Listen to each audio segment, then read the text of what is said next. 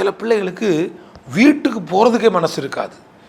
இயேசுவின் நாமத்தினாலே சொல்லுகிற இன்றைக்கு அப்படிப்பட்ட பிள்ளைகள் யாராவது இதை பார்க்குறீங்கன்னா, அந்த உங்கள் பிள்ளைகள் இருதயத்துக்குள்ளே ஆண்டவரே அம்மா அப்பாவுக்குள்ளால ஒரு புதிய அபிஷேகத்தை கொடுங்க, ஒரு புதிய பலனை கொடுங்க. அவங்க வாய்களிலிருந்து வரக்கூடிய வார்த்தைகள் இனி என்னை தேற்றக்கூடிய வார்த்தையாக இருக்கட்டும். இனி எங்கள் அம்மா பேசுகிற வார்த்தை, எங்கள் அப்பா பேசுகிற வார்த்தை என்னை திடனற்று போகாதபடிக்கு பலன் போயிடும்.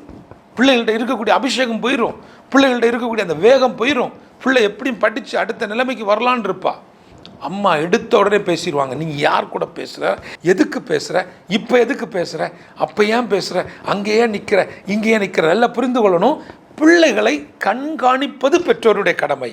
ஆனால் கண்காணிக்கிறேங்கிற பேரில் கூடவே சிசிடிவி கேமரா மாதிரி நம்ம என்ன செய்ய வேண்டாம், செயல்பட வேண்டாம். ஏன்னா திரும்ப உங்களுக்கு சொல்கிறேன், பிள்ளைகளை நாம் என்ன செய்யக்கூடாது, எரிச்சல் ஊட்டக்கூடாது.